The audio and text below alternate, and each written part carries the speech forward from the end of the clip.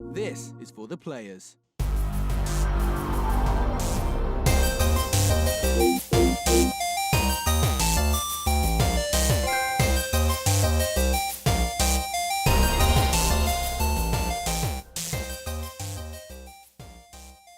I'm Ryan Betson. I'm Josh Saunders. And this is For the Players, the PopCulturists PlayStation podcast. With over 40 years of playing PlayStation and now 10 plus years in that games media combined. I'd like to thank you for joining us in this PlayStation conversation. This PlayStation conversation happens every Monday morning at 9 a.m. Australian Eastern Standard Time on YouTube and 8 a.m. on iTunes, Spotify and other podcast services. If you'd like to be a part of future conversations, please join us on Facebook, Discord. Comment below if you're feeling generous. Join us on Patreon at patreon.com/PopCulturists. Head over there, check out the tiers. Might be something there that interests you. Now, if you do join us on Patreon, you can watch us record the show live with a sneaky little link that gets you, an access to an unlisted little YouTube video where you can join us. However, in true pre-E3 fashion, I accidentally leaked that link and made this video public and then made it unlisted again. So it happened, but it didn't happen. I did it. It's commentary. It's not on the first time. It's commentary on E3. Oh, okay. It's commentary. I didn't mean it on purpose.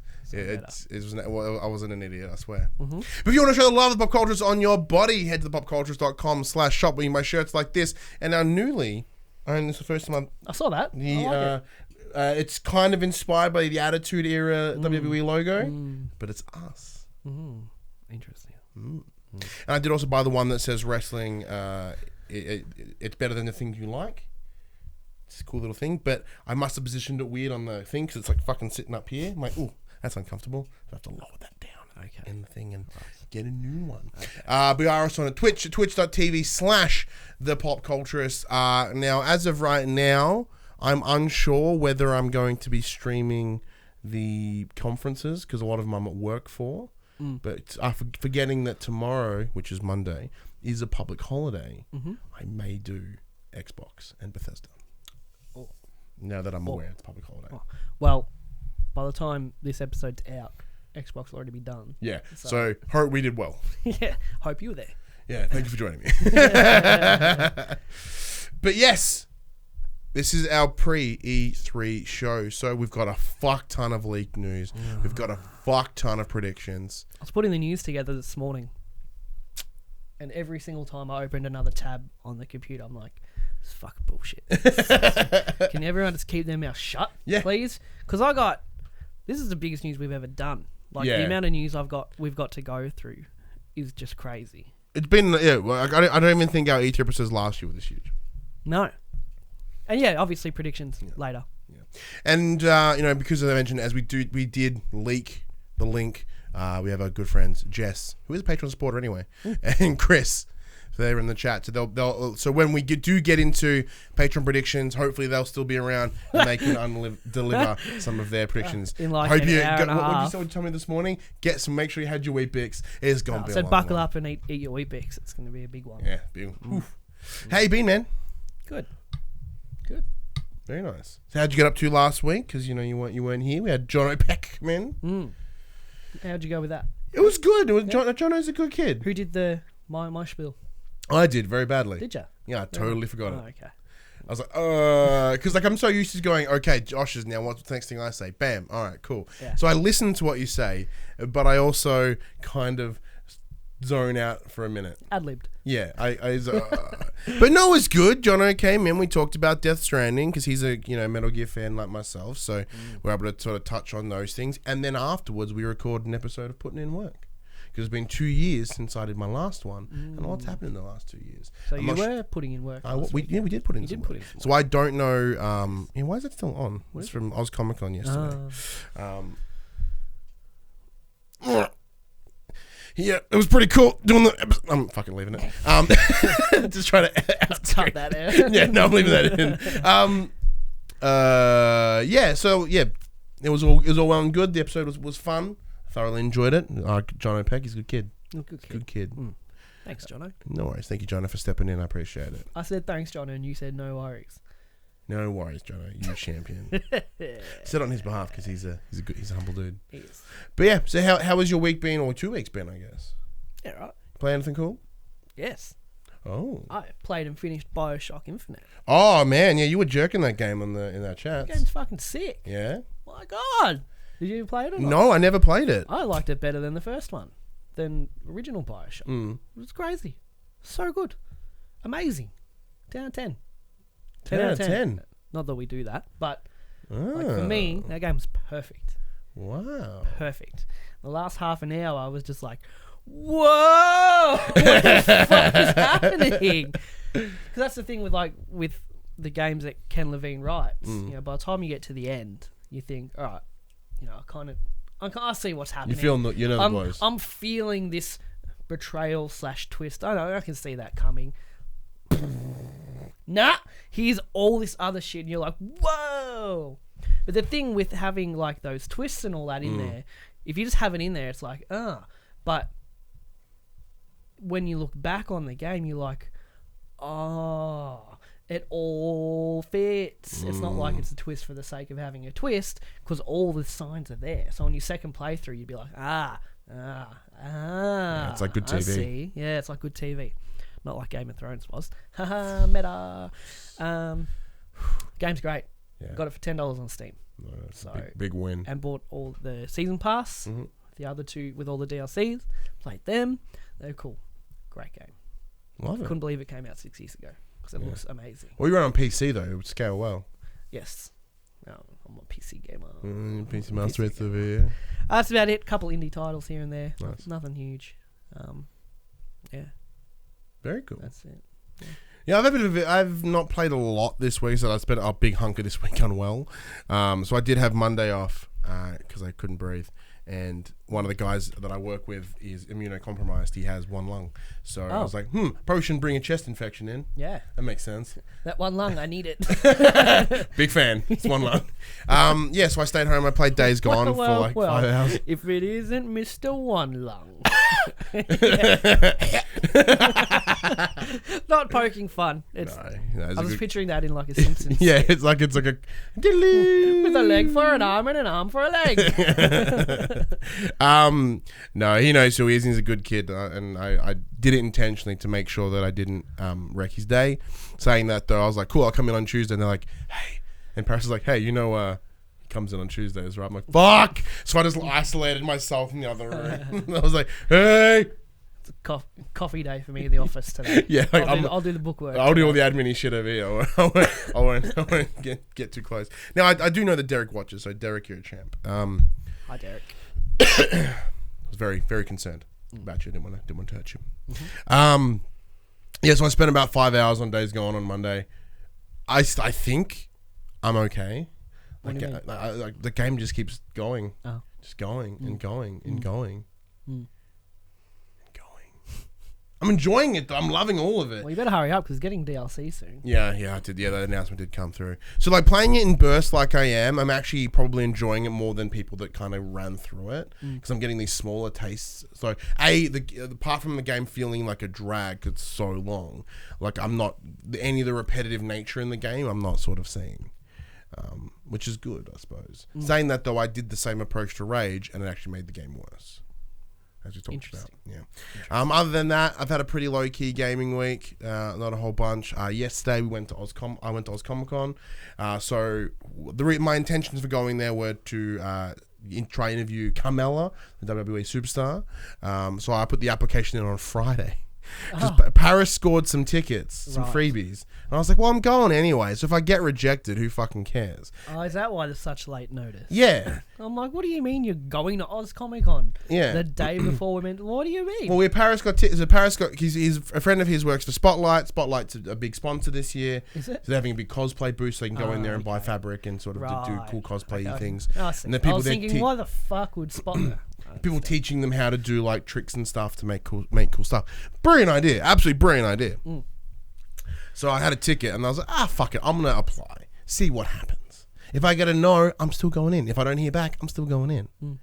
So I get an application and I get it like 9:30 in the morning. Like I'm literally about to head out to go to Paris's. And it's like, hey, Ryan, you've been approved, blah, blah, blah. We'll see you on the days. I'm like, fuck. Grab all the camera and shit, like But then you didn't get to talk to her in the Nope. end anyway. No. So I got there and I met with the guy at the media table, and he's the dude that responded to my email because he's a champ. And I'm like, thank you so much. Whatever. He's like, no worries, man. It's all well and good. You know, we're expecting people to email on the last day. I'm like, thanks. I'm like, so what's the opportunity? What's the potential of me meeting up with Kamala and having a chat? He goes, oh, it's external to us. You have to talk to the guys at the Foxtel booth. Wait, so he approved? Yeah, because in my application, it says which people would you like to interview? I'm like, Kamala, nobody else.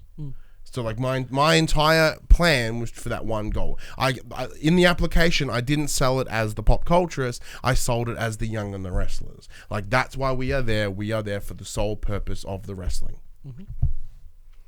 And he's like, oh yeah, it's not, they have their own PR. It's external to us. You have to talk to Foxtel. I'm like, all right, cool. Go to Foxtel. I'm like, hey, I was told to come talk to you. They're like, well, how did you talk to us? They have their own PR. I'm like, I know, that's why I'm talking to you. Yeah. Like, it's not us. Oh. I'm like, oh, okay. all right. So I assume it's the people that are with her. Like, yeah. I'm like, how can I talk to them? I like, they were here about an hour ago. I'm like, that's not helpful because I'm here now. And they're like, well, she's off to do It's some... such a sassy thing to say. That's not helpful. I'm here now. I didn't say that to their face. I'm like, oh, fuck. Yeah. So they're like, look, she comes by the booth for a couple hours each of the days to like just do pretty open meet and greet. So, you know, which is nice. Very cool idea. I didn't know about that. So I think it's like right now. If I went there today, I'm like, I'm not fucking going back today. Just I'm tired. And I'm already unwell and I don't need more con flu. Imagine you like talking to Carmella. And then she has to like. Then you find out she's like pulled from WWE events for a couple of weeks because she's super fucking sick. Oof. Yeah, that'd be nice. Yeah. So I'm like, all right, cool. They're like, well, she's doing a photo thing later and some signing stuff later. It looks her day's pretty packed, so it's not looking good. I'm like, all right, that's fine. Because I looked at her schedule and yeah, she was doing like photography like here, and the rest of the day was literally just signing shit in the little autograph section. I'm like, cool. Well, I'll go get a photo. I'm like, look, in that time, if you know the way I think this photo opportunity thing will work, yes, you cost money. That's fine. So you pay your dollars. You go in there. You go, hey man, how's it doing? Fine, thank you very much. Have a photo. Bush. In that time, I could be like, hey, I'm here as press. Do you mind if if I have a chat to one of you guys about organizing an interview later on? That'd be awesome. Cool. No fucking chance. It's like a meat market in there, man. Yeah. Like you walk up and like they go stand on the X. You walk and you go hi. And then you're out.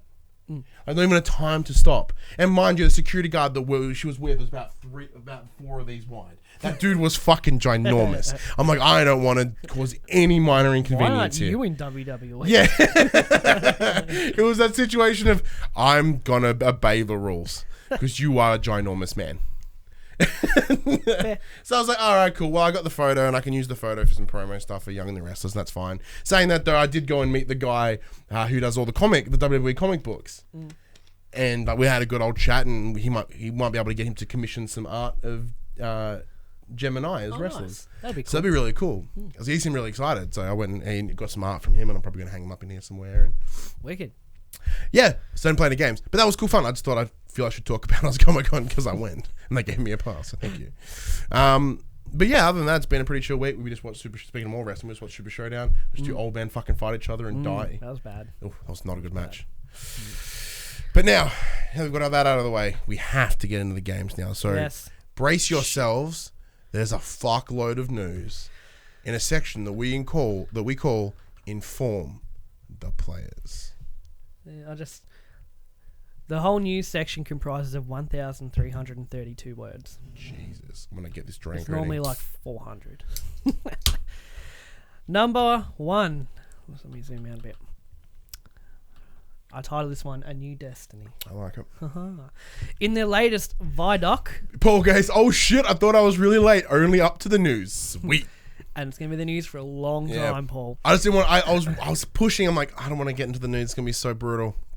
But there's good stuff. There's some good shit in here. There is some really good shit in here. In the latest Vidoc since the Activision split, Bungie have come out swinging after announcing the newest expansion titled Shadowkeep, where players return to the moon to face new and old threats. They continue to drop bombshell after bombshell. Firstly, Destiny 2 will be going free to play when Shadowkeep launches September 17th with a new version of the game called Destiny 2 New Lights. The free version gives players access to all vanilla content as well as the first 2 expansions, Warmind and Curse of Osiris. Bungie acknowledged the barrier to entry for Destiny 2 was too high, with new players needing to complete around 40 hours of story content before being able to join their friends. No more, they said. With New Light, you will be able to join your friends in any of the game's activities from the start after completing the 20-minute introductory mission, which the introductory mission now is the first mission in Destiny 1, where you wake up in the Cosmodrome with the ghosts. Oh, dope. So you wake up in the Cosmodrome with your ghosts, and you do that first starting mission from Destiny 1 to get a ship. It's what when you're in Russia or something. Yeah, old Russia, where you get to your ship, and the ship will take you to the new tower. So your introductory is of Destiny 1.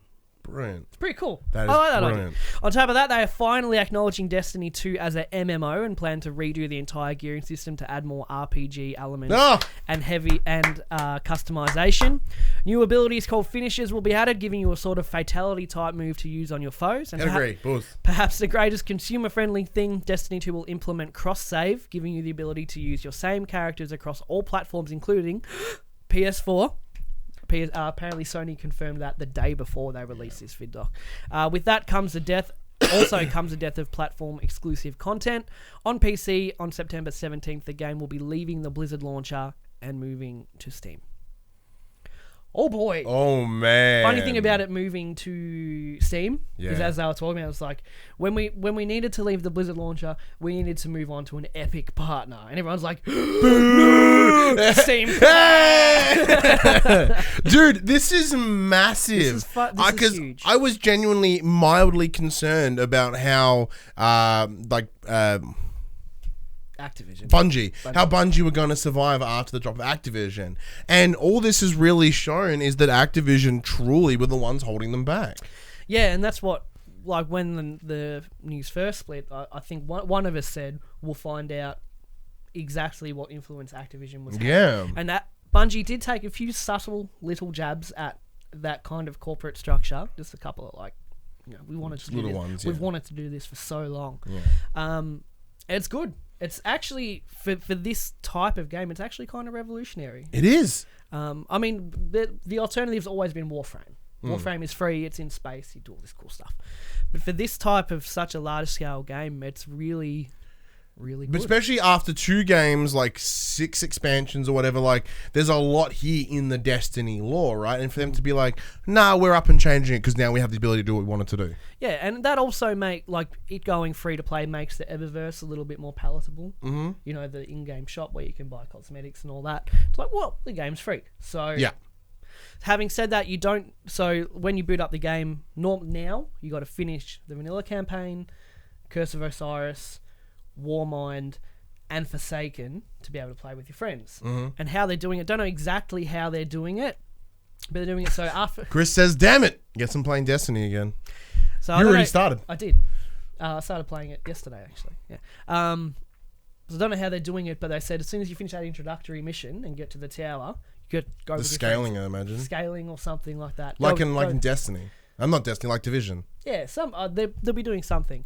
That's all very, very cool, exciting stuff. The player base is going to triple. Yeah, man. Even just the initial burst. Like, it was gnarly when Destiny 2 became free to play with PS Plus. And that would have seen a nice bump. But then everyone's like, oh, I don't have to buy the expansions. Exactly. But now the expansions are free.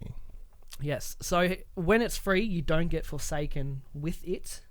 But Forsaken was huge. Forsaken was huge, but they're structuring it so you don't have to buy Forsaken or play any of it. If you just want the new expansion, Shadowkeep, just buy that and do that So it's what's the word they used? A la carte. Yeah. You buy what you want a la carte. It's like, I want that. I want to play through that. I'll skip this one, but I do really. Well, because that was the big problem, like with Destiny 1, like when they were like, "Hey, Rise of Iron or whatever it was, is like this is a big, huge fucking thing for Destiny.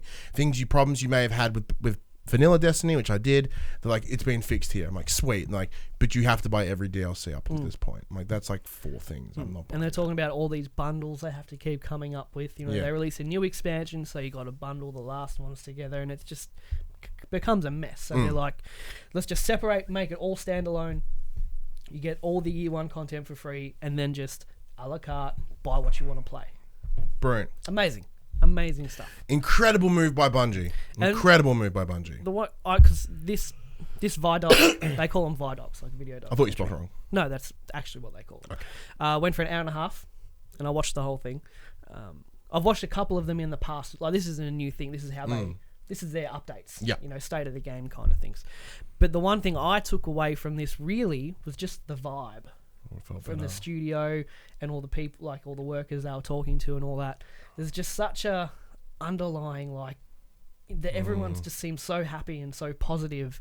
Whereas in the past, everyone's like, yep, you know, we're doing this and we're, you know, kind of like going through the motions. But now everyone just, they're not like jumping and screaming, but there's just this little bit behind it where you can tell they're all really, really and like, the concern of them being independent is still totally real. But on top of that, by them being willing to give all this for free, that for anyone, that most players will probably still milk it, but for some, as in be like, give me the free shit. But someone will be like, you know what, you've given me this shit for free. Here you go. Here's some dollars. Like, I've never bought anything from the Eververse. Yeah.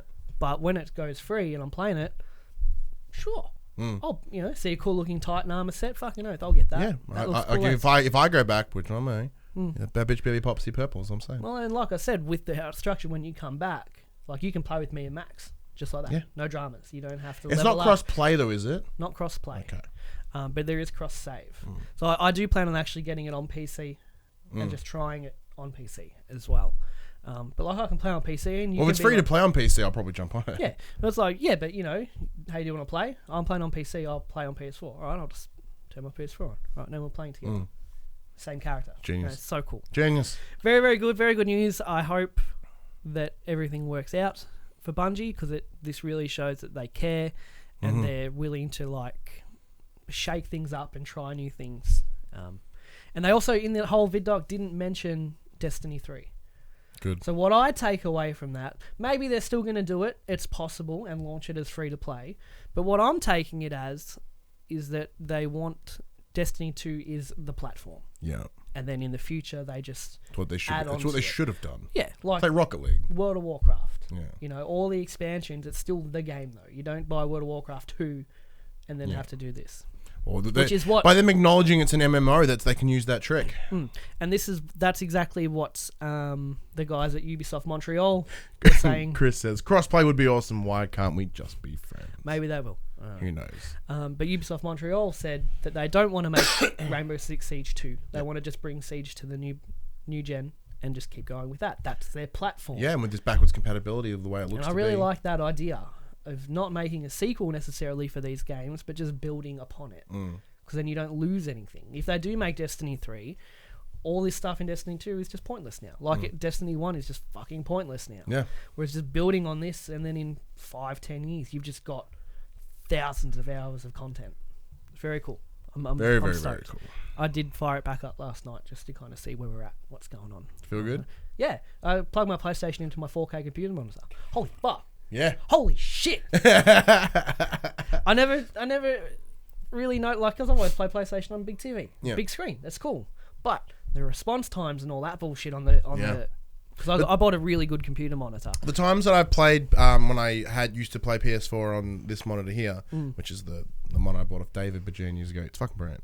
I played a lot of Destiny 2 on that monitor, actually. Funny enough. Like, for context, that's when I got it. Yeah. So Destiny 2. Yeah, it's just So I've got my PS4 now just set up next to my PC because my monitor has multiple HDMI inputs.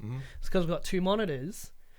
I have the PC on with my second monitor to, like, you know, put up YouTube and all that, and then the main good display with the PlayStation. It's cool. You see yourself a nice good chair, though. Yeah, I do. Yeah, I got a fucking. Well, because as you can see, I finally. You did go back to that. I did go back to this. The other chair finally just wouldn't go up anymore. Okay. I'm like, well, fuck Just that like chair. my penis. Just like my pain. My pain and my chair are having the same problems. But unlike the chair, I'm full of gas. It has no gas in it. So I got to fuck off that chair now, which is a bummer. But it was a good chair. it did good. I want a new one, and I want to get some cool ones, but they're expensive. Purple ones. It's like $40.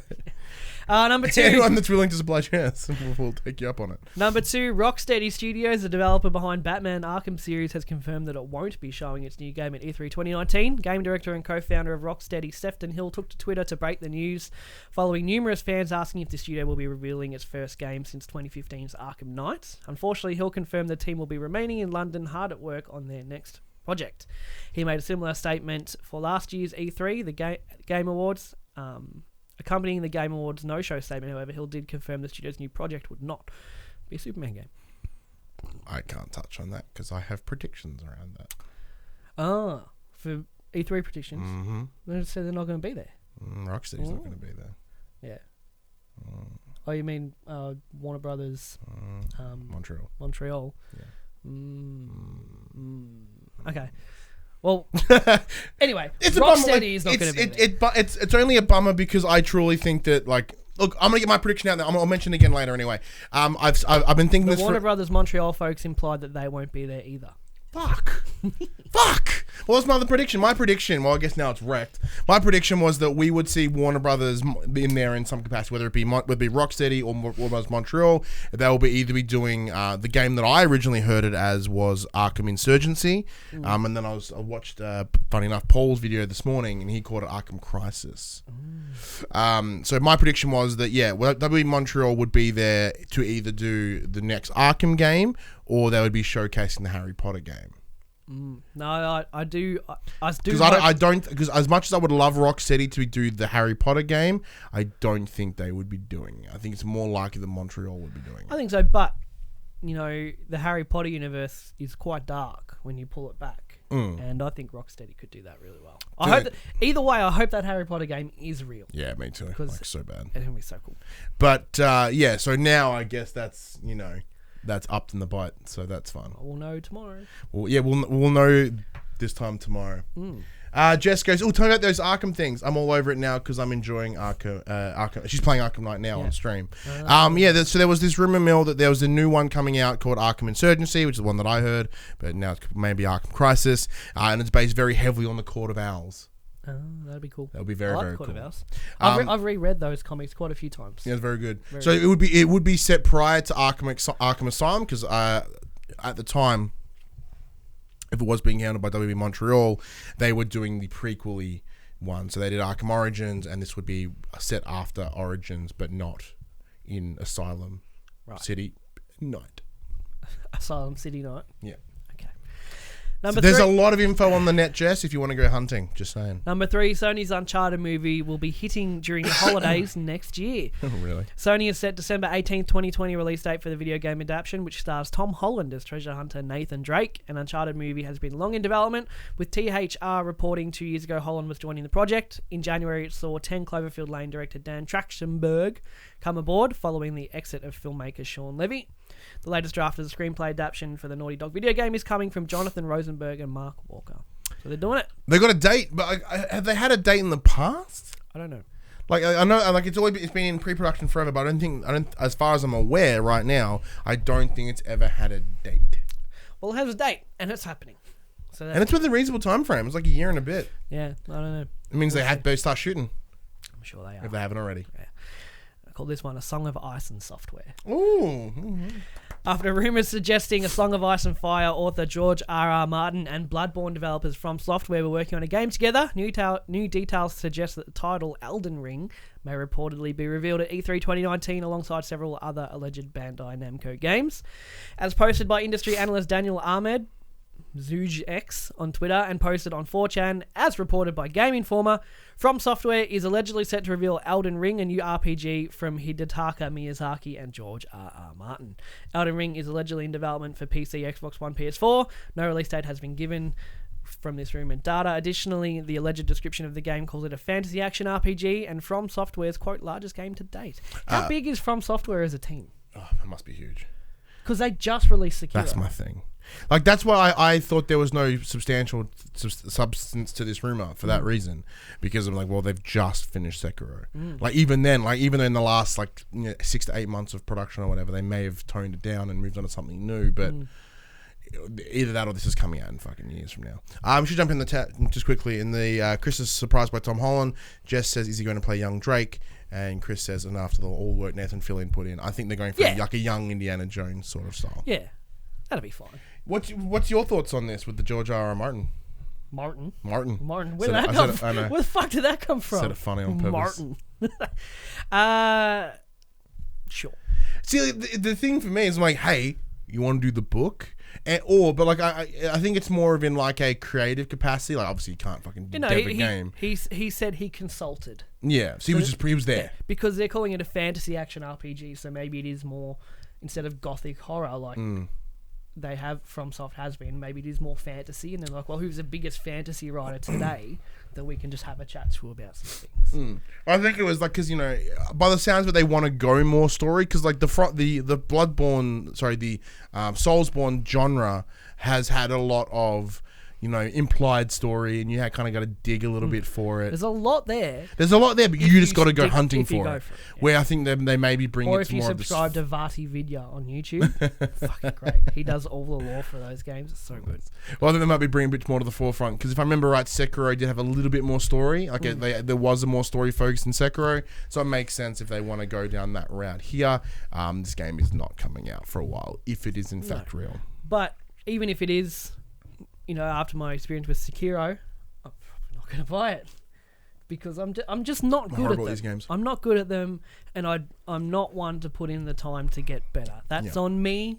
I understand that, unless they are making something a little bit more mainstream this time, with not same kind of combat, but maybe not as punishing. I don't know, but that remains to be seen. We'll know tomorrow. A lot of this stuff we'll know tomorrow. Yep. Because presumably a lot of this is coming out at Xbox. Yeah. Except this one, Ubisoft has confirmed that Watchdogs Legion will be revealed at E3 2019. The official Watchdogs Twitter account, which is now fully branded for and named Watchdogs Legion, posted a cryptic teaser with a new logo. Accompanying the video were the words, quote, "God save the NPCs, reveal at E3, #Watchdog Legion, #UBE3.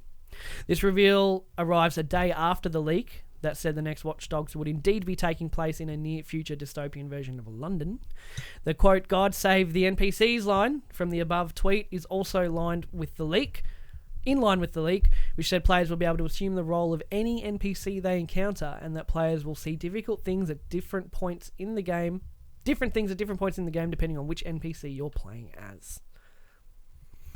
I'm pissed, because that was my prediction, and I was like, "What?" Because you got your predictions. I'm like, fuck, everything I wrote has already been talked about now. Because we are leaving them very close to the line here. We kind of did that on purpose. Like we would have done it last week, but instead we did it this week. And it's like, with the amount of leaks that are coming out right now, we have to have our predictions at the last minute. Otherwise, it's just ruined before we even get started. Yeah. Watch Dogs 3 was on my list as a potential. And I'm looking at the headline for the next one. That's another one ruined. Yeah. Fuck. Watch Dogs 2 was good. I enjoyed Watch Dogs 2 a lot more than I did 1. I didn't finish it, because that was my year of not really finishing games. I don't even think I have it. I think I gave it to Dave. And it was fine. I enjoyed it, and I'm happy that they're still trying to make Watch Dogs a thing. I've never played them, so I don't have much to say about it. But I'm open to it. Whether I rush out and buy it or not, I don't know. Or whether I'll probably harass for a code. But I'm not in any rush to jump to it. Still on Ubisoft, a new leak out of GameStop seems to suggest that Ubisoft will reveal a new Splinter Cell during E3 2019, spotted by Wario64. Yesterday, GameStop had Splinter Cell Sam Fisher goggles up for pre-order as part of its E3 collectibles, and then adding fuel to the fire, it suddenly delisted them, almost as if it spilled the beans and was contacted by Ubisoft. Interesting, the listing says the item will be made available on November 1st of this year, which is a Friday, the most common day for big games to release alongside Tuesday. In other words, the date checks out. The date seems to suggest that that's when the new Splinter Cell will hit. That's exciting. It is exciting. It's this weirdness of cool. Fuck. Our predictions mean nothing in the end, though. Oh no, it's just fun for us. But now, the best thing about all these leaks coming out and our predictions being nothing, we can just get stupid. Paul says Jason Schreier says he doesn't believe there's one in development, so the reaction of Splinter Cell is unlikely. I would love for Jason Schreier to be wrong once. Speaking of, there's a bit of a Twitter thing going on yesterday. Oh, yeah? Between Jason Schreier, Corey Barlog, all these other devs. Yeah, and Skill Up got involved as well. Yeah, talking about leaks and how... And because Jason Schreier is on the... Speaking of leaks, he's on the... He worded his initial tweet a little bit. Yeah, his tweet... And a lot of devs took umbrage with what he said. His tweet was the issue of, hey, we shouldn't be... there's this weird line of having things spoiled or having things leaked. You shouldn't see that as a negative. Yeah. This is I think his issue is the idea of the People crying spoilers when it's publishers I understand controlling the narrative, But which I guess is part of it. But the line of contention was, don't worry about what these big corporation money bags or something have to say about it. And Corey's like, hey, you know, it doesn't just hurt them, it hurts the people that really put their time in to build this huge big reveal and then have all the wind taken out of it, you know, and I've read through a lot of that actually. It's pretty fun. Yeah, because like I understand where Jason's coming from. It seemed, you know, because he is very left leaning in terms of his unions. And I really enjoy the content he puts forward. Like amazing work. He seems like a little bit of a douche though. Well, because he's the number one. You know, when you're number one, he just seems like a little bit of a douche. Yeah. Just saying. Yeah, so it kind of fits who I believe Jason Schreier is in terms of his super left-leaning, anti-corporation, all-union guy, which is nothing wrong with that. But it's just that when you're like, fuck the system, and the system's really cool for some of us. Yeah. Anyway, that's a tangent, but yeah, Splinter Cell, maybe. Or maybe they're just doing like a remaster or something. Bringing some what was the old last games one? back. Blacklight? Yeah, which was 2011. It was on PS2, I think. No, PS3. It would be PS3. Yeah, it was a while ago. Maybe it's not a new game. Maybe it's a remaster. Maybe it's not even Splinter Cell. Maybe it's just like, hey, here's some goggles. Goggles are cool. Anthem has a new plan now. No more roadmap. Not really anyway. After this past week's update about the state of the game and the upcoming Cataclysm, they adjusted their roadmap page again, which recently read the Cataclysm started in May. Now it seems like it won't arrive till July, at least after PTS testing period. The page still says it's a roadmap, but it's now devoid of any actual dates or even months, and does not list any specific future content on the way, not even the Cataclysm or the new loot that was discussed on the stream. Instead, it's just what's currently in the game, listing, among other things, fixes and improvements and optimizations as content. And then for the future, we see nebulous locked blocks, they say Act 2 and Act 3, but there's no indication of what those are or when they might arrive. On top of that, this morning, as we slept, EA Play... Yes, I did see that. Place. I've actually got that a bit further down here. They did not mention Anthem at all. Ooh. Like they talked about Apex and all this and that. Was hosted by Greg Miller, and he did a reference. Was it? He did a reference to Skate 4. He went, "Oh, we were going to talk about Skate 4, but we ran out of time. Sorry, bye, Buzz." Like, you piece of shit.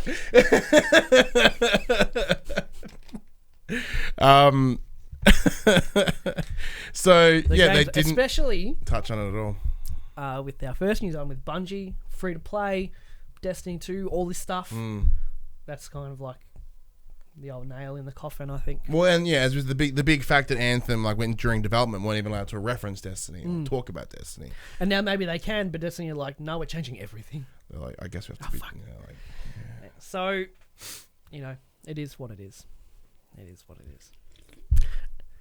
It's gonna the problem is we don't care because we didn't play Anthem. It's going to end up like, you remember Evolve? Oh, yeah. That was a good game. I enjoyed it. I enjoyed playing that. But you can still buy pre-owned copies. The servers are shut down.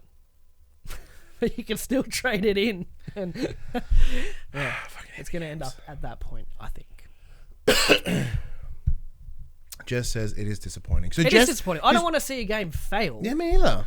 But the writing was on the wall for a long time. It's this weird line, like as you said, like you never want to see anything fail because neither you or I are that sort of. We are a little bit, but I mean that in terms of it really shows, because I imagine what happened, because if you look at BioWare, this is not a BioWare game. These aren't the games the BioWare are known for.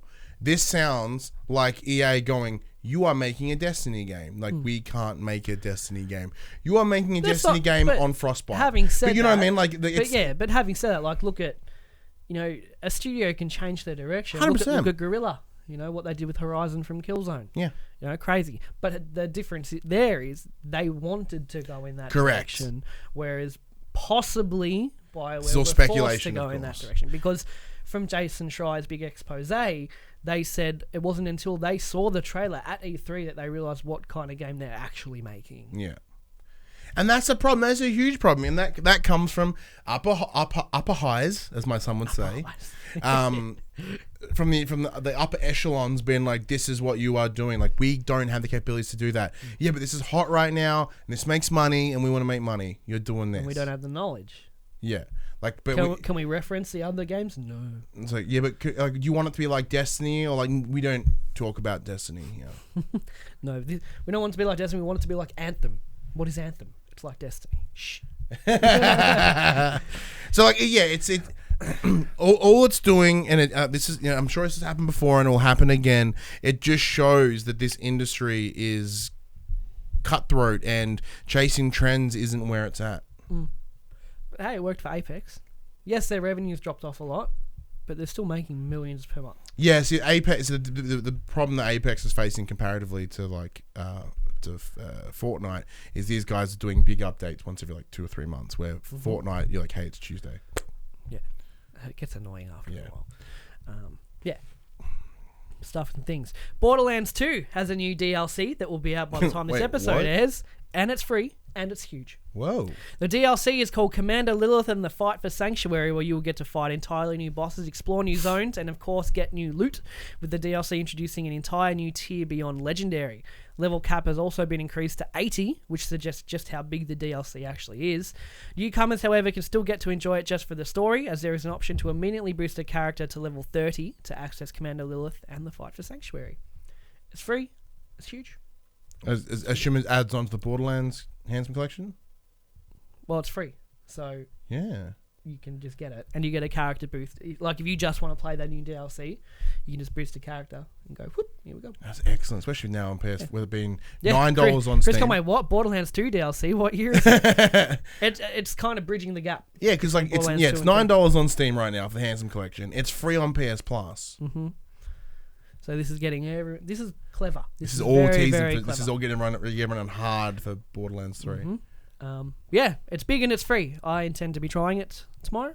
It's free. You had me at big. Huh? You had me at big. Because it's not me. I'm little. Last bit before the quick bits. EA have had their, what was it called? EA Play.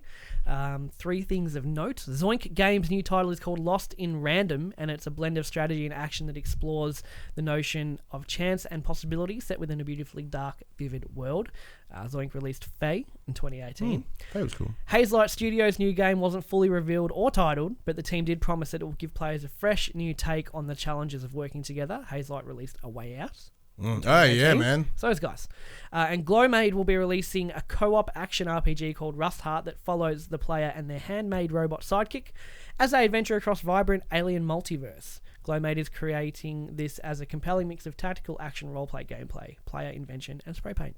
We should also mention that they did showcase some gameplay for the new Star Wars Jedi Fallen Order. That lightsaber combat looks fucking sick. I haven't watched the full trailer yet. I just watched a clip that I saw on Facebook of just the lightsabering. I'm like, yup.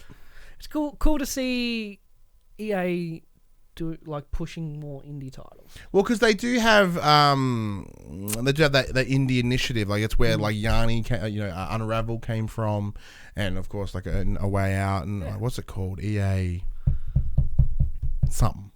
Something. I'm sure Paul will probably remember because he's a good kid. That's cool to see them. It's very cool. Yeah, no, it's pretty rad. I also said my now that I've finished Super Showdown, my afternoon is probably watching the EA Play thing, and then maybe a sprinkle of just some other assorted shit heading into E3 now. Oh, full vid there from Jess.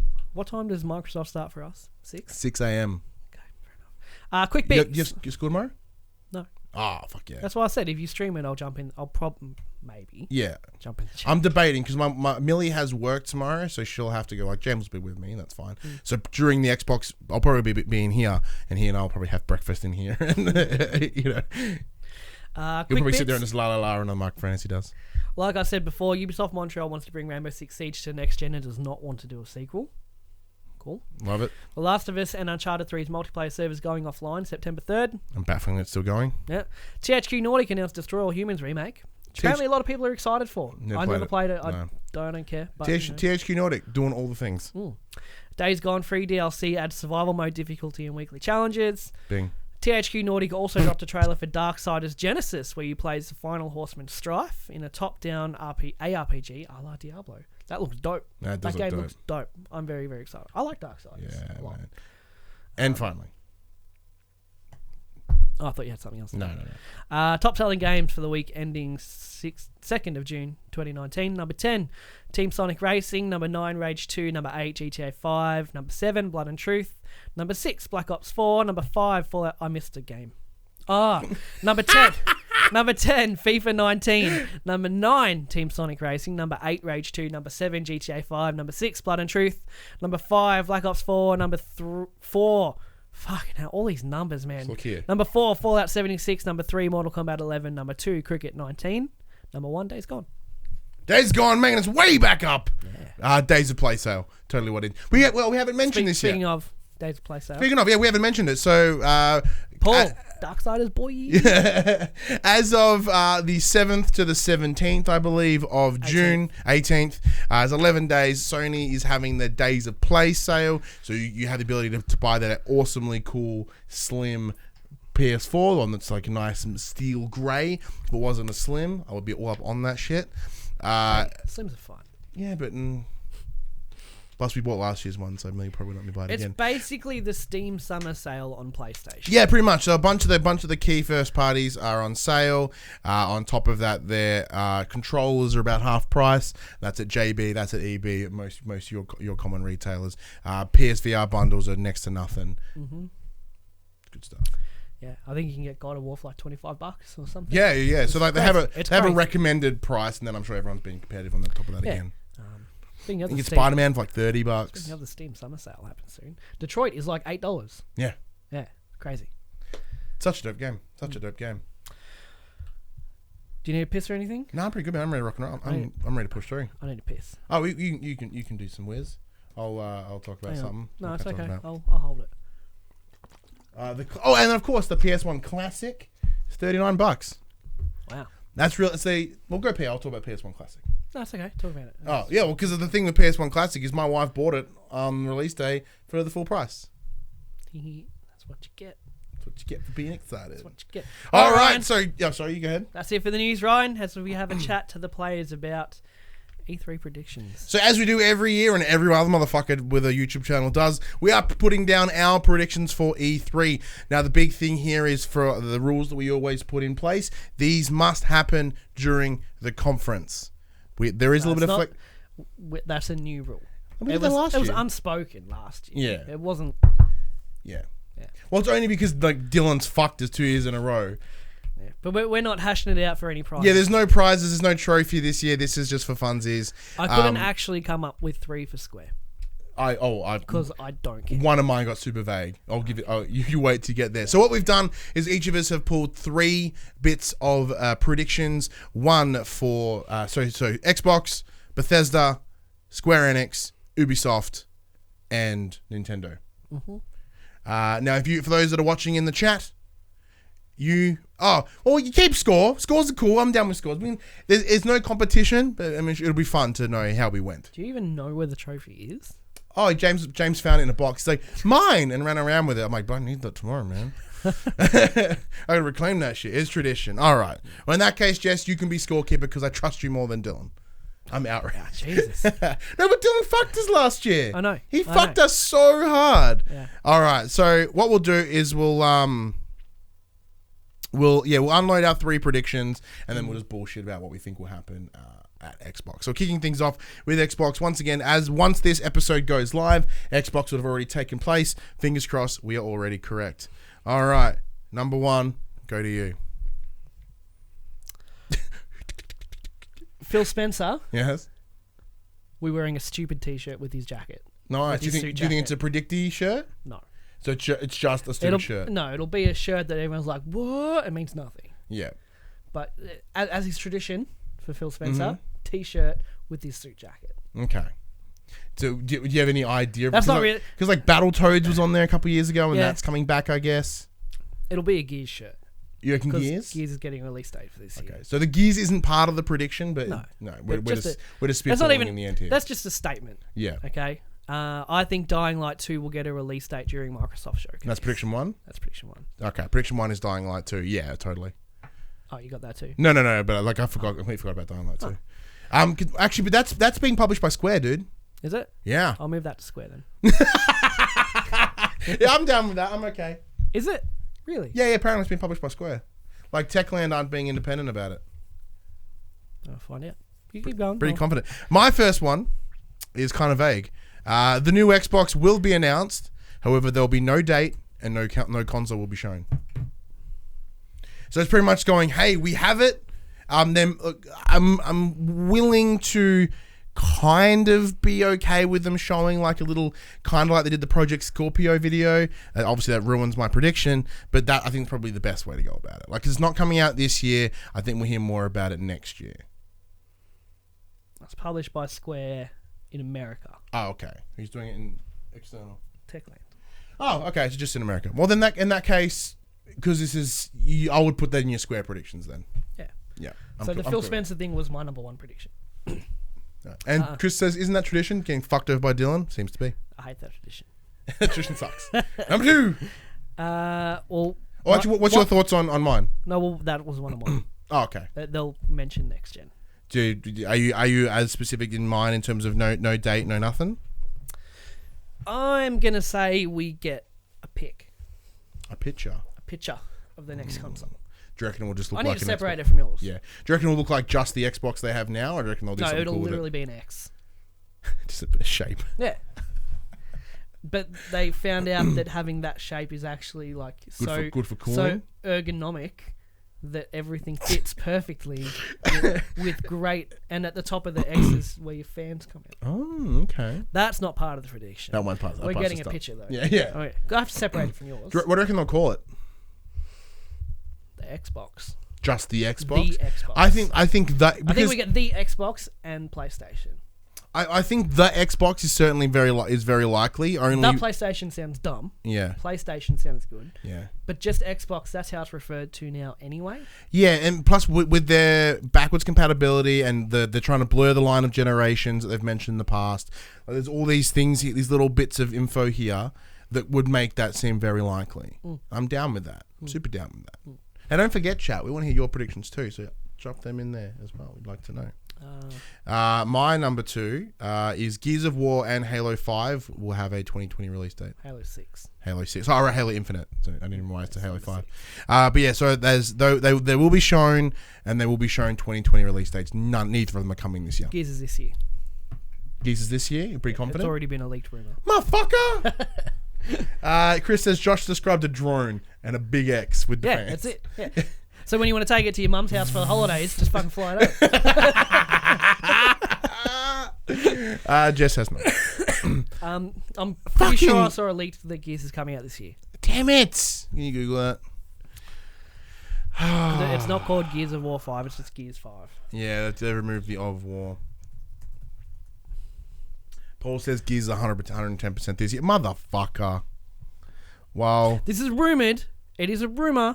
Oh, E3 tonight, Gears 5 confirmed for fall 2019 release date. Article by GameStop. And the cover was leaked as well. All right. Well, I'm gonna alter that prediction, and I'm just gonna remove the Gears part. Fucking auto playing ads.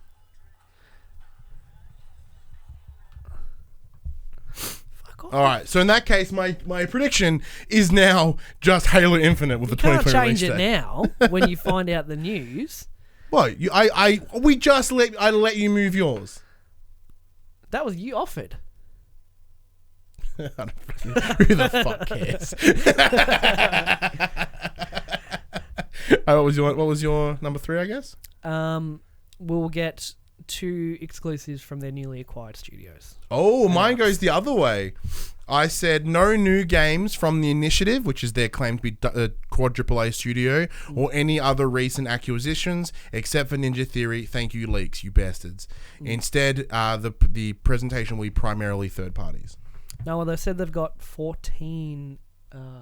yeah, but I mean, like, if you look at who they've got, so... Halo counts as an exclusive. Gears counts as an exclusive. I'm talking about they're newly acquired. So that includes... Microsoft will have 14 Xbox One first-party games at E3. Oh, that's confirmed. Yeah, fuck them. But like, I mean, you like... say none of those 14 will be from the Initiative? No. Yeah, 2 of them will be. Not a chance. Yeah, so like I said, Techland, is it Tech? Not Techland. Who the Digital Playground? Whoever do Forza. See, but this is the thing. Like, my problem is there is some grey area here. Although Digital Playground, which are the guys that do Forza, have only just been acquired, I've always considered them acquired to begin with.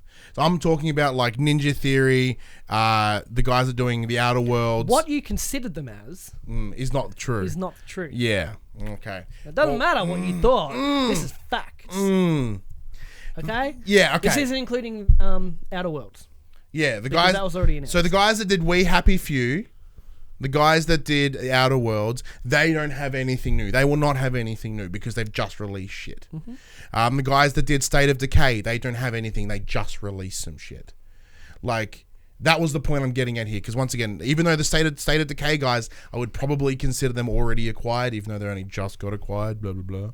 I don't think the Initiative are gonna have anything. Well, it's way too quick. Lucky it's my prediction and not yours. It's true. But I added to mine. That was my third there. So mine's okay. Yeah, mine's exactly that. As I said, no new game from the Initiative or any of their recent acquisitions except for Ninja Theory. Okay. And then Paul goes, Ninja Theory's game has leaked apparently, so that's one of the 14. Yeah. Plus Halo, that's 2. Plus Gears, that's 3. But that Gears Pop game, that's 4. I would love for them to come out and go, hey, Battletoads. Here's more Outer Worlds. Actually, it's exclusive to Xbox now. Wasn't it backed by Kickstarter originally? That's going to be a problem. Fuck them.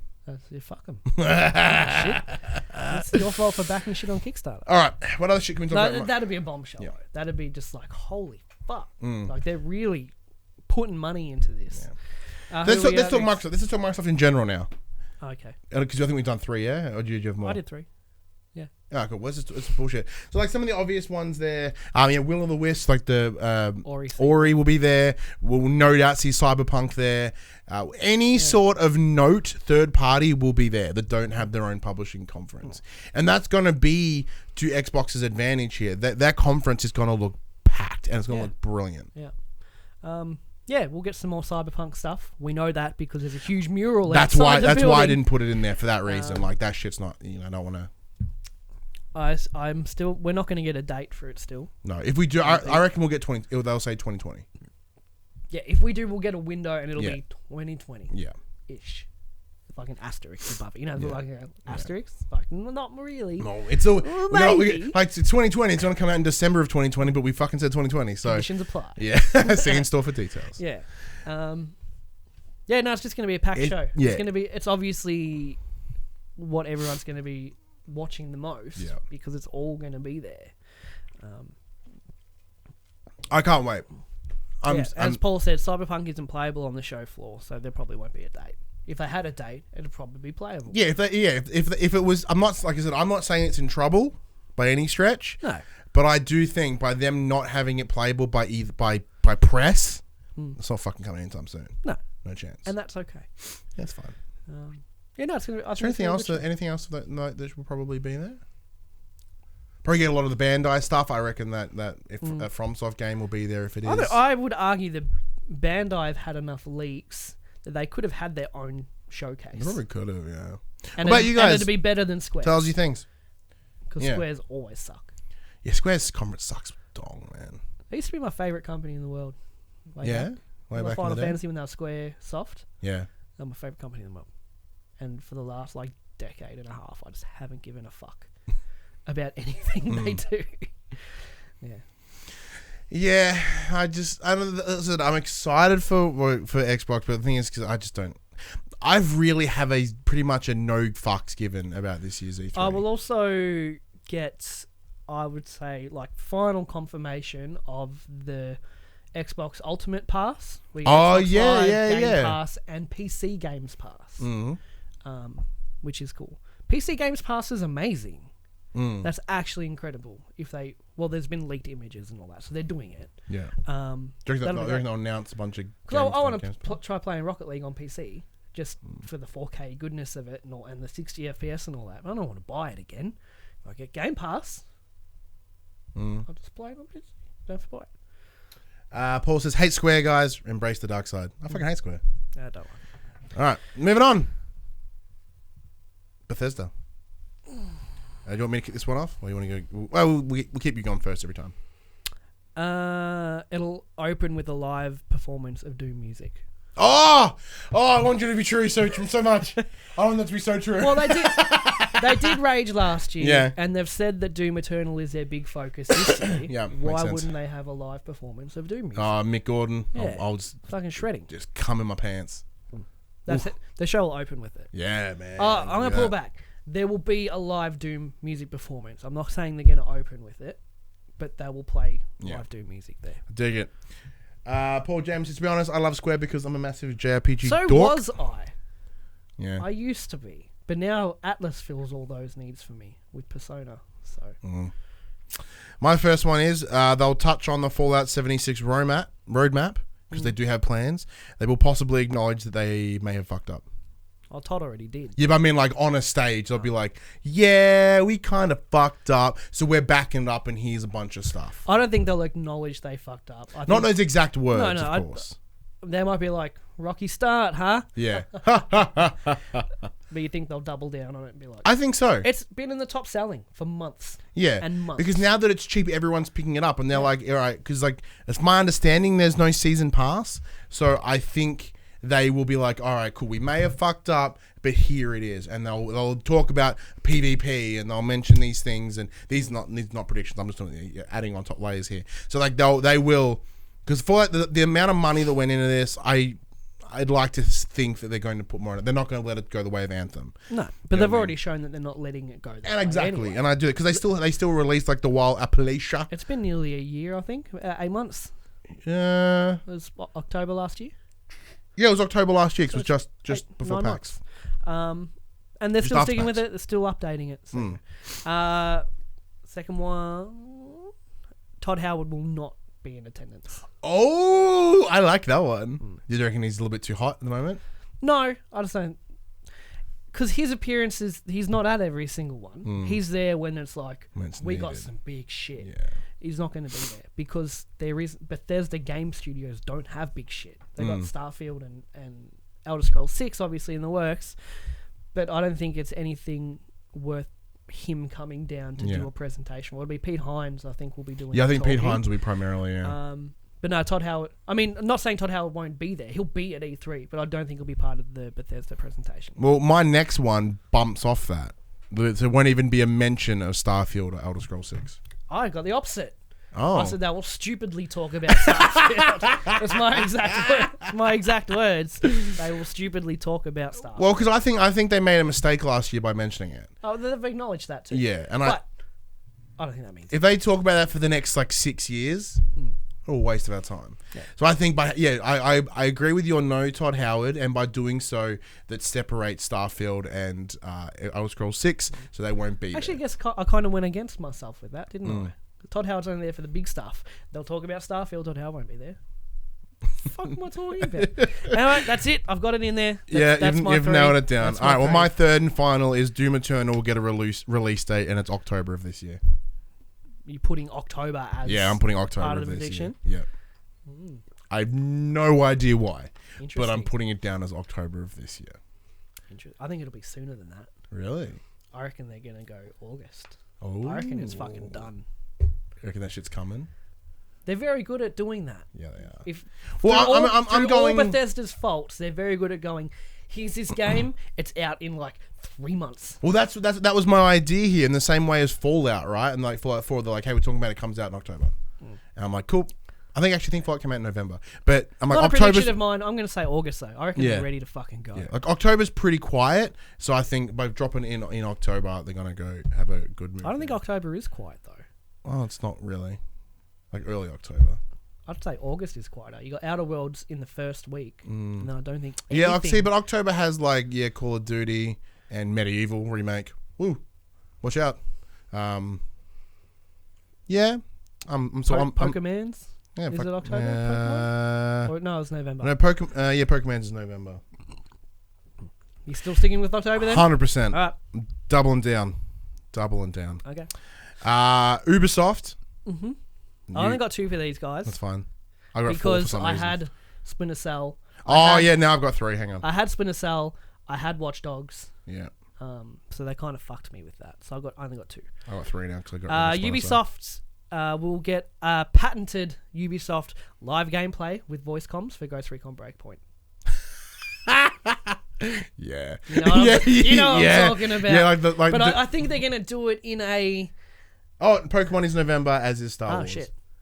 Oh, no, I love the Medieval remake. I'm super down for it, but, like, it is not a threat. It is not a threat to anyone. No big games. No one is concerned that Medieval is coming in October. Everyone will work around it. Just to branch off. Work right just on top to branch of off that live gameplay like Division thing. 2 did last year. Yeah. To branch off that, I think they're going to recognise the campiness of it and just kind of run with it. Okay. Like, they're not going to be, like, all super... Like, when they did Wildlands, it's like, oh, no one fucking talks like that. I think they're going to embrace the campiness a little bit and just have fun with it. I hope so. Which I hope they do. Yeah. But it's going to be there regardless. Absolutely. Absolutely. Yeah, Ghost Recon is there. Yeah. Unquestionably. Because one of my predictions is the Punisher will turn up. Well, as in, I Breakpoint forget is his name. October. John Bernthal. John Bernthal will Wait, be there. Isn't Breakpoint October? Yeah, man. Yeah. Yeah.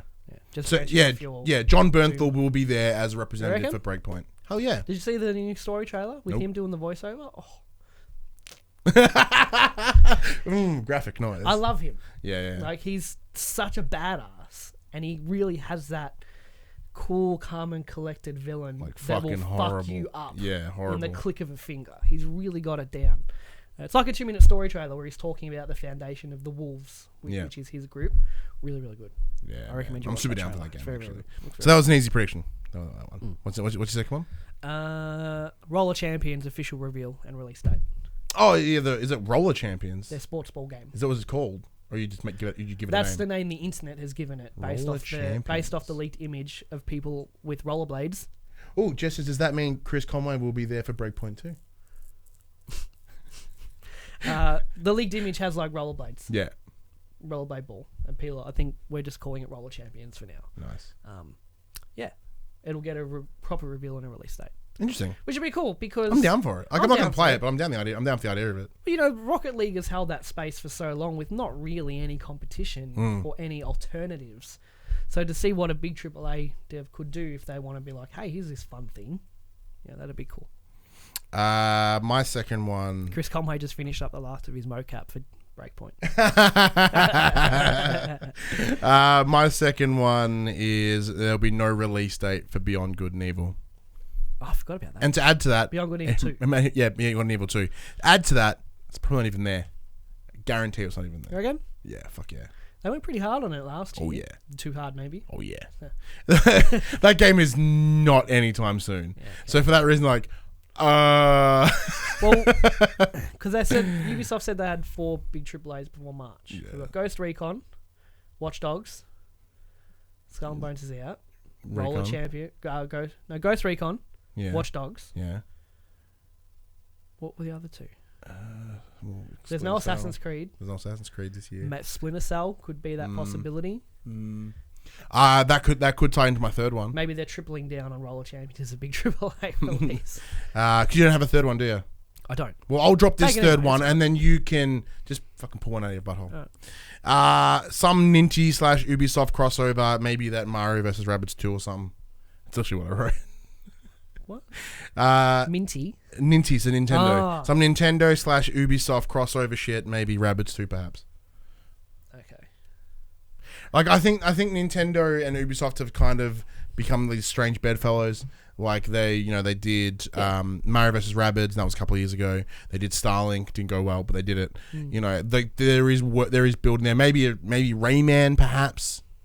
Like maybe it's a new Rayman game because you loved that Rayman game. What was Rayman Legends is amazing. Legends, that's one of the best platformers ever created. Yeah, by far. And like it's been a while since that's happened, or maybe the other way. That's more of an a bit more of an Xbox prediction. Chris says, thanks to the Breakpoint cosplay.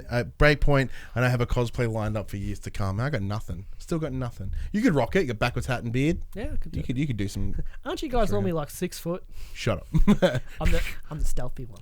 Because another prediction I was thinking about with Xbox. Actually, let me do my I'm gonna bank it. I'll bank it for Nintendo. I'll do my third Ubisoft one. Yeah. Watchdogs Legion will have 7+ different editions on launch, as is tradition. Will they announce all 7 of them at E3? No. It'll be in the coming weeks. There's like, and here's the Liberty Edition, and here's the London Dark Edition. The Queen's Yeah. Holiday Weekend Yeah. edition. Here's the Queen's Guard Funny Hat Edition. Here's V for Vendetta version. 7+ editions for Watchdogs. Fuck, But I man. suppose we're not going to know until later if that's Yeah. correct or not. But So- they wouldn't show. You know those infographics they do Yeah. with all the tick boxes and all? They're not going to show that No. at E3. Do you reckon it'll be more Division 2 stuff? They'll do a retroactive point for that. in a Okay, I'll couple give you that. months. Yeah, we'll go for that. Yeah. Division 2? Do you reckon it'll get smaller? More DLC? No. Not yet. Sure? Yeah. Seems like a good place. It's in a good place. I reckon, yeah. I don't think I reckon we'll get something. I don't know what it will be, but like, cause If anything, it'll be them bringing back Survival. yeah, Mode from Division Parents 1. 5 mode was really good in Division Yes. in Division 1. Just Dance will be there unquestionably. They'll do a big dance number at the start probably. I think they learned their lesson from 2 years ago. They won't bring back some host to try to be funny again. Yeah. EA did that as well, didn't they? They had like some streamer or something talking about Yeah, Need about a for Speed mobile or something game, like yeah. that. Yeah, That was so bad. painful. Yeah. What else could Ubisoft do? Without Assassin's Creed this year, it makes it kind of tough. Yeah. All right, moving on. I only have one for Square. Well, you got Dying Light, so you got 2. Oh yeah, Dying Light stuff. Yeah. Get a release date and all that. And I just wrote Avengers stuff. Yeah, I go. Avengers will be shown no release date or window. Like it'll just be there. Like they won't. Like there's no date on it. It's just there. And my second one for Square Enix, some Japanese shit that I won't understand the appeal of. There was a rumored new Tales game. Yeah, Tales of. Well, there you go. Some Japanese shit that I don't understand the appeal of. Tick. I'll put that there. Yeah. They'll show the new Tales game. Yeah. It makes Not Japanese shit that I don't understand. That's too vague. Because someone could just say konnichiwa. You're like, I don't know what that means. It means hello. No, but you're like, I don't understand. Yeah. What's the point? No, but yeah, I would be willing to. Paul says Avengers will be this year. He's calling it. Interesting. I'll take that. Interesting. Take that bet. Yeah, when I say some Japanese shit, I'm talking like deep cut Japanese shit. Like Tales, I know Tales. I've never played them, but I'm aware of the Tales. Because of Sacred Symbols. Yeah. Because Colin loves Yeah. Yeah. So I imagine I'm gonna watch this Square and be like, Tales is Bandai, not Square. there you go. Come on. Well, because like, as an example, like even Tales is a deep cut, but it's enough for me to go, yeah, I know who they are. But I mean, like I'm watching this, I'm gonna go, the fuck was that? And I'm expecting at least what the fuck was that moment. Fair enough. Will happen.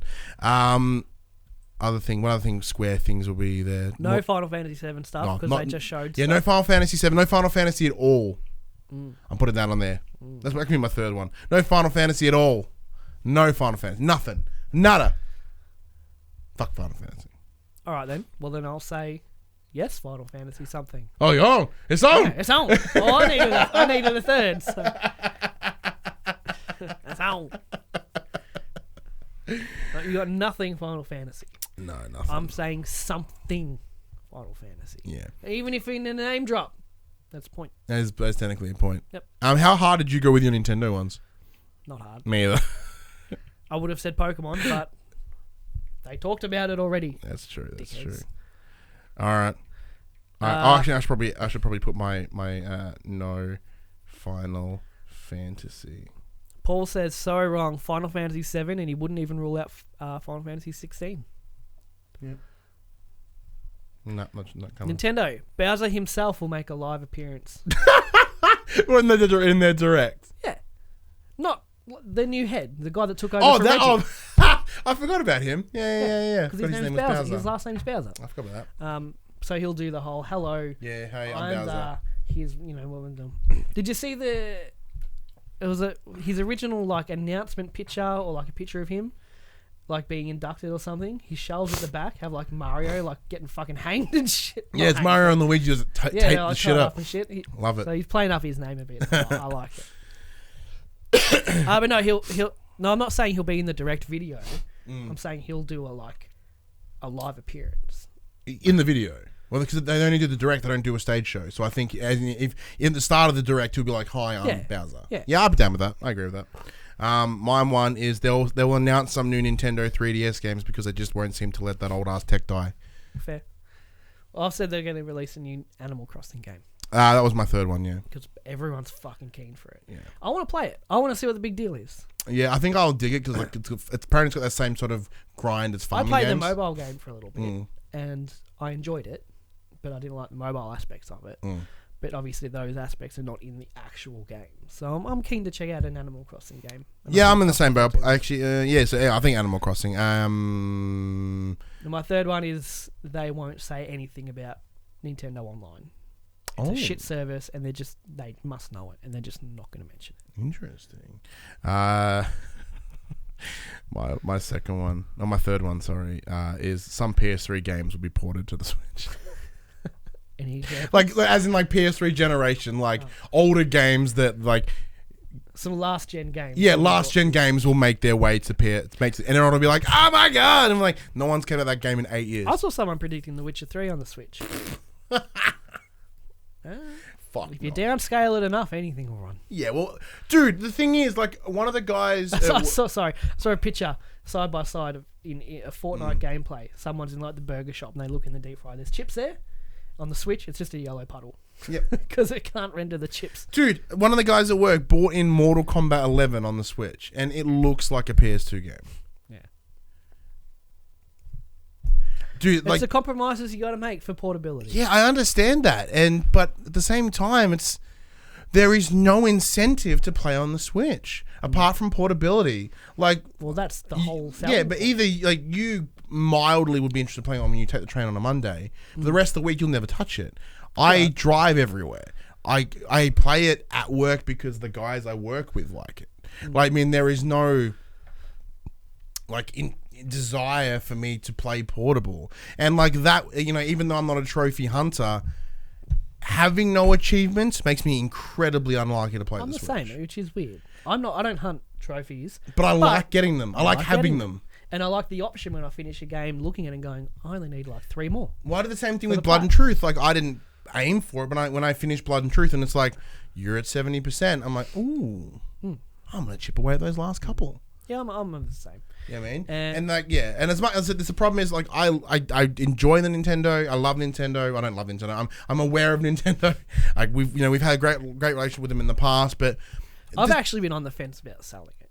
Yeah, I'm in the same boat. But I do love my Pokemon. And even though this one is disappointingly more of the same, it's still new Pokemon. And it's always Yeah, I watched the Pokemon, like, once again, the guys at work were like, about it. And I watched, I'm like, I don't see any of the appeal. Oh, cool, they can go really big. Ooh. No, but I get that. And I was hoping for a big shake-up to the Pokemon formula, which they're not doing. Which, okay. But I still always get excited for Pokemon. I'm not excited now, but the week of, it's like I'll be like, I can't wait. Yeah, I will pick it up. I'll pick it up and play it, and I'll finish it. I always do. But then after that, like, well, I'm not going to touch this till the next Pokemon game, I suppose, because like Mario Odyssey was cool. Online raid battles is pretty cool. But Mario Odyssey was cool, but I'm not. That's just Pokemon Go on a Switch. But I'm not like sucking Mario's dick. I don't care that much. They released like Mario Sunshine on it, and I'm like, oh, it's just Mario. Even like Breath of the Wild, I was like, I don't like this, which is crazy, I know, but like Breath of the Wild to me wasn't a Legend of Zelda game. It was an open world game with the Legend of Zelda skin on it, and it's just, I didn't like it. So whatever the next Zelda is going to be, I'm not excited for it anymore, because they're probably going to keep going in that direction because it was so successful. Well, that Link's Awakening remake. Yeah, no, all the old ones, that's all fine. But like new stuff, So, yeah. The other one that I was thinking that I thought might be a cool idea, seeing as Xbox, so Microsoft and Nintendo are building on this relationship right now. We'll see. I think I heard somewhere like the Rare Replay coming to Switch, which because that's got a bunch of those sort of old like Banjo-Kazooie and stuff on there, and Banjo-Kazooie will then make his way into Smash. Oh yeah, maybe as like Nintendo's big like mic drop will be Bowser's talking, doing his thing. I'm Bowser, blah, blah, blah. Phil Spence walks into the frame. He's like, hey, buddy. They're like, whoa, they're chatting and all that. It's like, and Phil's like, oh yeah, before Reggie left, he asked me about putting Game Pass on the Switch. What do you like? Are you down with that? Oh, yeah. Okay, yeah, let's do it. Ooh. Oh, Ooh, that'll make me play my Switch. fucking oath. Because the achievements would come. You'd think Xbox achievements would come over with it. Yeah. Just as an app on the Switch, Xbox Games Pass. Wow. It's been rumoured for a little while, but I think it'd be cool if Bowser's doing the talking and Phil Spencer's actually in the direct video, and he's... Like, what if they Phil introduce Spencer it at the together. Xbox show is wearing like a Mario shirt? That's where Bowser could make his live appearance. Phil Spencer's doing the talking. He's like, now I've got a very special guest I'd like to bring up on stage. Yeah. I forget his first name. Bowser. And they do and Phil undoes his shirt. And it's a Mario shirt. Yeah. Like, he wouldn't wear a Nintendo branded shirt, but as in, like, Nintendo logo. Like, it would be just a Mario shirt. And Bowser comes up. Or Banjo, and he's got, yeah. like, Master Chief on his shirt. there's There's the crazy shit we're talking about. That would be great. Yeah, none of that's happening. Doug Bowser, thank you. What a generic name, Doug Bowser. That's anything but. No, but the Doug part is really unexciting. What's his first name? Like King? I don't know. Like, Doug. Bowser is a cool name. It's like, Doug. De Bowser. D Bowser. D. Bowser. And if that happened, like, that's like the announcement of the generation. That would be huge. That's the biggest That would thing that to would happen. turn this E3 around for me personally. As I said, like, well, I'll finish my thought on that now. Like, E3 has been so uneventful for me at this point. Like, lackluster. Like, all the news is really cool, but I don't have the excitement. Like, because PlayStation is my shit, it's where I play the most games. Without them being there, I don't have the punch. But, you know, you look at it from the perspective of, yes, Sony's not there, but that doesn't mean industry-changing decisions can't be made. Yes, and that's the thing. So it's one thing. Although it's like me personally, I'm unhappy with it. Like, I'm like, but then you look at it from the business perspective, and this is gonna give Microsoft a chance to shine. This is gonna open up. You know, if Nintendo and Microsoft create that pairing, that's fucking huge. And, like, you know, if you look at it, you know, in certain vision, like, if Nintendo and Microsoft are chummy, and Sony aren't even there, Yeah. like. But then that forces Sony to react. Yeah. And they'll have to react in a big way. And, like, which is beneficial. imagine if Sony were there and these were being chummy and they didn't even do anything. Like, it's worse that they're not there. I mean, I'm sure big Sony people will be there. Yeah, but I mean, like, in terms of their Obviously not doing presence, a presentation. because they don't have presence, they don't have floor space, they got nothing, right? So that's the point I'm making. Is like, imagine Seeing Spencer and Bowser on stage shaking hands, crowds going fucking crazy. Yeah. You know, And PlayStation have nothing to do with it, yeah. Going crazy. And like, where's Sony? Haha, Sony, you missed out. yeah. That side of things, fuck off. Yeah. But the atmosphere that would create, I think, would be amazing. Be really amazing. Now I've psyched myself up for it. It's not going to happen. Maybe Every it could. time. But it could. They've surprised us in the past. It's gaming Christmas. And it'd be silly to think that Xbox are just treating this like another E3. They're not. They're not stupid. They know all eyes are on them. They can do whatever the fuck they want and not have to be a follow-up to Sony or a precursor to Sony, not have to worry about what they're doing. Yeah. They have the floor and they're going to take full advantage of it, Yeah, I think. so too. Do you think Sony will respond to E3 in any way? Like, we will get in a state of play in like a week or so? Yeah, probably. Yeah. Probably. My theory is that Are we going to get a state of play dedicated to Death Stranding? Maybe now. Yeah, my theory is that they probably have like 3 pre-cut state of plays. Like responses. Yeah, they have 3, one of them, and one of them's like, if Xbox announce their next version, next console, PS5 one, bang. If Sony announce but don't show, if Microsoft announce and show, bang. If they announce don't show, bang. If they do nothing and they have, you know, like, as an idea, like the 3, like just PS5 videos, like if depending on just how they Reddit do it. Response videos for all the different. Yeah, because the big benefit of not having the stage show is they can do that shit. They can edit that shit. They can have it on the fly, and like. You know, as we saw years ago when it was, this is how we share our games. Like, that was done the day before. Yeah. But, like, you can't change What a moment in gaming history that was. That was huge. That was so... But you can't do the big stage production level announcements, like, because they're all pre-scripted and standard. You know, it's all worked out to a second. Where here, they can just be like, some guy can sit there and Premiere and... I mean, of course, Microsoft can fumble and drop the ball and... You know, they're super tone deaf. Fuck it up. But saying their track record right now, they're not going. Like Phil Spencer has really helped turn the perception of Microsoft around in such a big way, and he's such a likable guy as well. He seems pretty chill. He seems like a pretty chill, cool dude.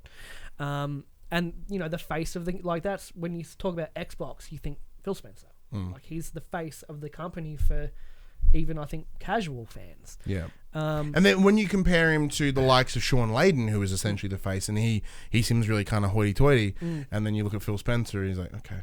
Yeah, he's got some fucking T-shirt with his suit jacket. It's crazy. But no, the Xbox has been heading in that really consumer-friendly direction with all the stuff they've been doing with, you know, the Play Anywhere and the Games Pass on PC possibly, and Halo. That's happened. Halo Master Chief Collection coming to Steam. Like, they're really doing all this cool stuff. Yeah. And they know where the market is, where it's headed, and they know the opportunity they have tomorrow, or today if you're listening to it, well, earlier if you're listening to this, they know the opportunity they've got, and they're going to try to take full advantage. Whether it works or not, I don't know. But they're gonna go whole ham. Because the big thing here is, you said, like the reason they've been done all these consumer friendly responses is because they were behind. They're behind, and they were behind. So for them, as of right now, it stands to their benefit to end this generation. But they're also in the position where they got nothing to lose. Exactly. So try this. That's what I'm saying. So like, it's in their benefit to make change, and that's what's cool. Where Sony are at a point they're like, we're doing well. We don't need to change anything. We can just. I'm not saying that they're going to get a little arrogant and smug or anything like everyone claims they are. You know, PS3. But Sony are in the react phase. Yeah, we're at the top. See what the competition does. That's market. That's what happens when you're a market leader. And we'll do things accordingly if we have to. Yeah, like what we're doing right now works, and whatever. Yeah, so it would be in Microsoft's favor to make that jump, but I'm excited for Microsoft press conference. Yeah, the rest of them I'm not too fast on, but Microsoft specifically is very exciting. Not just for what can be and like what the games, but the potential like industry changing decisions that could be made tomorrow. Yeah, it's very, very cool. Well, let us know what you think of E3 and your predictions moving into this E3 conferences. As I said, Xbox has been and gone. Let us know how wrong we were in those comments below. Be nice and fun. But the big thing is that E3 will talk about games that will come out in months and months and months away. But for some reason, if you want to buy a game this week that isn't one that's being announced, here's the section we call from coming to the players. I forgot what it was. Coming to the players. We tell you what games are coming out this week. I can only imagine like 6. 5. 5. There is 5. There was 6, but 1 scratched out. Really? Yeah. Yes. No, it's crossed out. New PlayStation games for the week of June 11, 2019. Risky move to release a game this week. The one that was crossed out is Bus Simulator. Crap. Bus Simulator launches later this summer. Apologise for miscommunication. Dragon Star Varnier, PS4 digital and retail. Horizon Shift 81, PS4 digital. The House of Fata Morgana, PS4 digital crossbar. Queen's Quest 3, The End of Dawn, PS4 digital. And Verlet Swing, PS4 digital. That's so depressing. It's actually pathetic. That's fine. It's fine. It's fine. Hey, do you reckon we'll get like it and the game comes out now? Do you reckon we'll get that this week? Maybe for Ubisoft's Roller Champions. Yeah, it would make sense. That'd be cool. I think that'd make it. That game would kind of make sense. You know, and it's free to, you know, it's available for download after the show. Yeah, that'd be cool. Yeah, I'm down with that. Seems like the kind of game that could work. Probably out of everything that we've speculated, it seems the most likely one. What would be your like craziest like of everything we've talked about? They're like, it's ready now. Doom Eternal. Yeah, Doom Eternal has me hyped because it'll be cool. Once again, because like I'm all fucking cynical and burnt out. Like it's one of those things. Like if this an Arkham game is present, I will pee. I'm talking like the games that could be like, and it's out now. Oh, out now. What would be the one to make you wet? One would be out now. I'd say Doom Eternal. Yeah, Doom Eternal would be enough to make me like go, holy shit. Obviously, the games we don't know the release date for yet. Yeah. The tough part is like all the things that are like coming out now, they're always like mid-tier, lower tier games, and that's a bummer. But the one thing that would genuinely make me like literally pop would be an Arkham game. Who's that? Or Harry Potter. That's the one thing that I have like. I am fucking keen. For Call of Duty Modern Warfare. I am. Oh wait, you went here last week. You didn't talk about it. I am keen as a bean. Yeah. Because it just seems like they're like, let's make a good story again. You know, we remember Soap and Captain Price. Yeah, I'm excited. Not for multiplayer, all that bullshit. I don't give a fuck. I just really, really hope they're doing a very good story again. What? Try to a drop down box there for the United States. Is Australia in there? No. Oceania? No. Europe? Nope. I guess we could go on to Europe. Quick Europe. Yeah, you excited for it at all or no? For what? The Call of Duty? Yeah, man, I'm interested. It takes to a whole new website. Oh. The EU PlayStation. Oh, is there a drop in that still? Because we always use the American one. No. Not by the looks of it. Anyway, that PlayStation conversation happened on a Monday Sorry, just morning. learning about the PlayStation website. At 9 a.m. Australian Standard Time on YouTube and 8 a.m. on iTunes, Spotify and other podcast services. If you'd like to be a part of future conversations, please join us on Patreon at patreon.com/PopCulturists. Head over there, check out the tiers. There might be something there that interests you. If you do support us on Patreon, you can watch us record this show live, and sometimes we even leak it out. Look at us, we're fucking Ubisoft. Ooh. But if you want to support Pop Culturists in a more of a one-off fashion, head over to popculturists.com/shop where you can buy shirts like this, like that, and other assorted shit with our logos on it. We are also on Twitch at twitch.tv/thepopculturists. And when you are done sitting here listening to some PlayStation-y shit, why don't you go head over to your podcast service of choice, or even here on YouTube's, and check out our wrestling show, The Young and the Wrestlers, every Friday. That's about it. But until next week, I'm Ryan Betson. I'm Josh Saunders. And I hope you enjoy your E3 week. Just picturing, you know, I'm Phil Spencer, I'm Doug Bowser, and we're about to blow your fucking mind. Oh, yeah, we also failed to mention, it's been, like you said, when it's 10 years, it's like 5 years since, 5 years to this day, or this week, that we started as a little radio show. So, happy anniversary. That's the thing. It's been a thing. It's been a thing.